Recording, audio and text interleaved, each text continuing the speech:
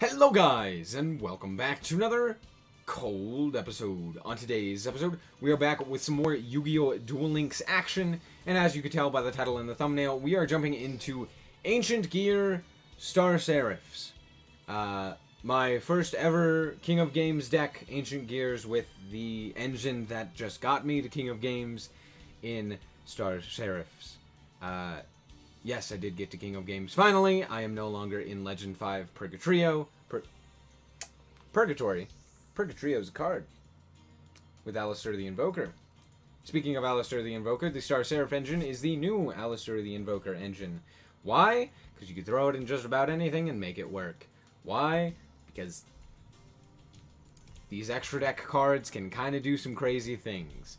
You've got a non-respondable pop on summon with Deltaros, you've got a hand loop with Ouroboros, you've got wipe the field of face-up monsters with Thunderspark Dragon, and you've got some cheese with Utopia Ray. It's pretty nice. You should know the Star Seraph combo by now. You stick into chair, into summon us up one of these guys, right? It's pretty simple. It works very well. I've already done a combo video on it, utilizing Stick and Share as well as Dark Lords, which is now currently a tier 1 threat. So, there you go. Check it out. But, let's talk about the other half of this deck. The more important half, Ancient Gears. Why do we want to play Ancient Gears? Well, because this guy's insane. What does this guy do? On attack, no effects can be activated from your opponent. No spells, no traps, no monster effects. You don't want to deal with Sphere Karibo? Play this guy. You don't want to deal with Wall of Disruption? Play this guy. Can't activate it. Doesn't work. Right? Anything like that can't activate. Really strong. Plus, just straight up 3,000, incredibly difficult to deal with, right? And if he's boosted up by the skill, which starts you out with Ancient Gear Castle, which increases the Ancient Gears, all Ancient Gear monsters attack by 300. It's all of a sudden able to get over things like Blue Eyes. It's able to get over things like Desire, right? Morningstar, whatever it may be that you're going up against that has 3,000 attack, you can get over it. Heck, even after the effect of Palpitero,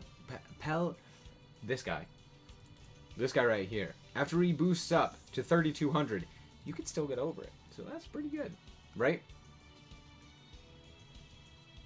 There you go. It's pretty simple. It has another effect that allows it to inflict piercing battle damage. We don't care about that. However, it's got a third effect, where if it attacks, and is successful, does get, like, destroyed somehow. I don't know how, but if it attacks, basically, after the attack, you can destroy a spell or trap card, which is really good. You can destroy your opponent's spell or trap. Or, more importantly, you could destroy your own spell or trap in order to summon out more of this guy. How do we summon out more? By destroying our own stuff. Well, Gear Town and Fortress both do that. If they are destroyed, well, when in this case, they will summon from anywhere in Gear Town's effect, or specifically from the hand to graveyard for Fortress's effect, to summon out any Ancient Gear monster. That's pretty good, right? You get more of this guy. Go for lethal. There you go. That's basically it. This thing, what it does is when it's destroyed and sent to the graveyard, you can special summon an Ancient Gear from anywhere. This one has another effect where if it's activated, the turn an Ancient Gear monster is summoned, it cannot be targeted. Great. Also, if it's destroyed, you can special summon it from the hand or graveyard. Great. We also have a searcher for the archetype. Actually, we only can search these two cards, but it's still a good searcher, and we're going to play it, obviously. Wyvern, when it's normal or special summoned, search another Ancient Gear card. You can't search Gear Town, which is really sad, because it's technically not an Ancient Gear card. It's really annoying, but it's fine. Now, also, you can swing in with this guy, and no monster effects will activate. So, again, no Spheric Reavos, no Kiteroids, no Battling Boxer Veils. Pretty good. Now we are also playing cards that will pop our own spells and traps in Galaxy Cyclone and Mystical Space Typhoon. That's basically the deck, and then obviously Treacherous Trap Hole because it's insane. Now, let's hop into some replays, and let me show you how this deck actually works. Alright, here we are up against Yummy Yugi, my least favorite face to see. I don't know why, I just really... He's everywhere. You can't get rid of him. He's always there. We're gonna go first, and we draw the Stick and Chair. So do you know what? We're gonna pop off. We're gonna go Stick. We're gonna go Search. Yeah, Search. We're gonna special summon Chair, and then we're gonna special summon another Chair, and then we're gonna XZ summon it. After reset, this is very important. After reset, I wanted to draw another card, so I set my Galaxy Cyclone, and I also set my Ancient Gear Fortress. Now, what I could have done is I could have summoned one of the Reactor Dragons from my hand, utilizing the Galaxy Cyclone and the Ancient Gear Fortress. Or, I could have used the effect of Ouroboros as well to pop the Ancient Gear Fortress and kept this card set. Here's why I didn't do that. I wanted to, one, draw a card, so I still wanted to pop a card using the effect of the Star Seraph Scepter, because it says, if you destroy a card, draw a card. Okay? You target one other card in the field, destroy it, draw a card. So I did want to draw a card, right? We could have drawn potentially into Treacherous, pretty good. But second of all, Galaxy Cyclone in the grave still has an effect where it says, you can banish this card from the graveyard to target a face-up spell or trap card on the field and destroy it. That's really good, especially in this deck. You can use it to pop the Ancient Gear Fortress. And I didn't want to commit to a Reactor Dragon on field in case he has a way to out it, right? I wanted to keep the Reactor Dragon in hand, just in case. We still had the follow-up. I like bluffing with Ancient Gears to be like, hey, I have something set. Watch out. Because a lot of people will play around that and get in their own minds, and it works pretty well. And then you just flip it up and be like, oh, just kidding, now I'm going to summon a really terrifying monster. Good luck. So, didn't really care. We're going to get rid of Pulse Mines in the hand, and then he's going to activate Cosmic Cyclone and pass. Now, here's the play I was talking about previously. We're going to pop our own Fortress. We're going to then normal summon Wyvern. We're going to search the third Reactor Dragon. And then we have Well Over Lethal with... He can't respond to it with anything. It would have to be a spell or trap, except even then, he would still most definitely take 3,000 damage due to Reactor Dragon's effect. So, that's just game over, even if he has Destiny Draw. And actually, he's already activated his Cosmic Cyclone, so we just win with Reactor Dragon. So there you go. And here we are again, up against Yummy Yugi. He's back. We get to go first again. Also, real quick, I want to mention all of these were played in King of Games, and so because of that, nobody cares. And so a lot of these duels are really bad. But that's just King of Games, so just keep that in mind. King of Games, it's kind of bad. We see the Veil get popped. I think... Now, I bricked, so I didn't even play the first turn. So he pops Veil and is like, okay, I see Ancient Gears, I know what's going on. Veil does nothing. So I'm going to pop Veil in order to search Arvada, and we're going to hopefully prevent our opponent from activating an effect, right? But the Fool has normal summoned, which has given us the glorious opportunity to not only use the first effect of Gear Town, which I didn't even mention previously because it hardly ever comes up, but both players can now normal summon an Ancient Gear monster for one less tribute. Which means we have a counter on here, allowing us to get a single tribute, right? It's as if we have one monster on the field, thanks to Ancient Gear Castle, and we have Gear Town, reducing how much we have to tribute by, and we've got a Reactor Dragon on field. Reactor Dragon can pop Gear Town during the damage step, where he can't respond to anything. Which means, we're going to activate Gear Town. We're going to activate the effect of Ancient Gear Castle in order to summon out the Reactor Dragon. We're going to swing in, pop, and swing in again. And he can't even respond. There's nothing he could do. We just win. Ancient Gears, ladies and gentlemen.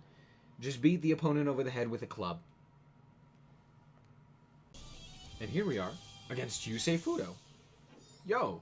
Hey, by the way, did you know that Mark of the Dragon Head got a buff? Where now you are not only given Stardust in your extra deck, but Stardust or Shooting Star Dragon and Excel Synchron. Oh, by the way, we drew Treacherous Trap Hole, so we win. He summons up 2 monsters, and I flip Tretch. Sad day for him. He loses, because he can't do anything. This card can technically do something. If you banish it from the graveyard, you can send a wind monster from the deck to the graveyard. That's actually pretty good in this deck. Notably, though, it's mostly used for its first effect. However, we're just going to stop that. Then we're going to draw Gear Town, and I'm going to say, oh, we win. We're going to activate the effect of Gear Town, tribute off for 1 tribute, summon up our Ancient Gear Reactor Dragon, swing in, unresponsive, pop the Gear Town, summon up the 3rd Reactor Dragon from the deck, swing in again, unresponsive, bada bing, bada boom. Just beat the opponent over the head with a club. That's the deck. Okay, guys, this is my application to get Treacherous Trap Hole banned. Just watch this duel and tell me that Treacherous Trap Hole is fair. Okay, so we go second. We draw pretty poorly, I'm not gonna lie, but we drew Treacherous Trap Hole, so it doesn't matter. We didn't get the sticker chair combo, we just got the chair, and we drew Wyvern without a way to pop our own Gear Town. So, here's the thing. I go for Fortress here, because I'm stupid. But no, because I know for a fact that this is a Karma Cut. And you'll see why this is important in a little. So, I'm going to activate Fortress. That back row is now turned off. I know for a fact it's Karma Cut. It's Karma Cut, it's Karma Cut, it's Karma Cut, it's Karma Cut. I activate this Gear Town because I thought it would be funny. And then he activates Ancient Rules. He goes for the Ancient Gear Fortress with the effect of Spirit Dragon. Or, sorry, Dragon Spirit of White, excuse me. Because I think he didn't read the card. And he was like, I can't target. I have to get that out of there. Yes, but also no. That's not the threat. This card right here. This is what you should be worried about. Because I now have a Gear Town and a counter on this. Which means if I have an Ancient Gear Reactor Dragon in hand, which I didn't search one, so really that's something you should be scared of. I also... I'll mention this in a second, but... so yeah, that's what he should be scared of. Also, you notice that I have a Treacherous Trap Hole in my hand. Well, so this card has a little effect that you should probably be aware of. If you activate its search effect, you can't set cards for the rest of the turn. And I forgot that because I'm stupid. So my Treacherous Trap Hole is just sitting in hand. But it's okay. He's going to activate his, or he's going to summon his alternative White Dragon. He's going to deal almost lethal. And as I mentioned before, we had Reactor Dragon, Gear Town, and a counter on Castle. However, he goes, aha, I have Karma Cut. I shall get rid of thee. Karma Cuts us. Depressed. Oh, it doesn't matter. I have Treacherous Trap Hole. And now, the fun begins. I normal summon Sovereignty. I special summon Sovereignty. I draw into Scepter, and I special summon Scepter. And now I can go for the glorious this guy. And instead, I know this is not activating. Nothing's happening. I'm guessing it's probably another Karma Cut, and he doesn't have anything to discard with, or it's a Battle Trap. One of the two. So I'm just going to activate Gear Town and summon up my card. And then I'm going to activate the effect, and I'm just going to swing in. I won that duel because Treacherous Trap Hole is a stupid card. Alright, so real quick, what do I think of this deck? Honestly, first of all, I love the stick and chair combo. I think it's super fun. I love resolving it. I also really like when players are really bad and don't understand that I can just summon a Deltaros and then pop their back row, and they just look at me like, oh shoot, I should have activated that because I can't respond. It's very fun. So that's great. Also, I have a soft spot in my heart for Ancient Gears. They're just super fun. They're just... It's like Caveman Unga Bunga beat you over the head with just the easiest deck. But it's fun. I don't know what else to say. You know, popping your own cards, summoning multiple times during the battle step while the opponent can't respond is incredibly fun. Getting out huge, big, beefy beaters in Reactor Dragon, also incredibly fun. So yeah, that's it. It's also this card is stupid and should be banned. Thank you. Anyway, thank you guys so much for watching. I hope that you guys did indeed enjoy. If you did, a like is very much appreciated. And if you want to check out more content like this, as well as more Duel Links that is coming down the line, then just be sure to subscribe. Anyway, thank you guys so much for watching, and remember to always stay frosty. Bye-bye.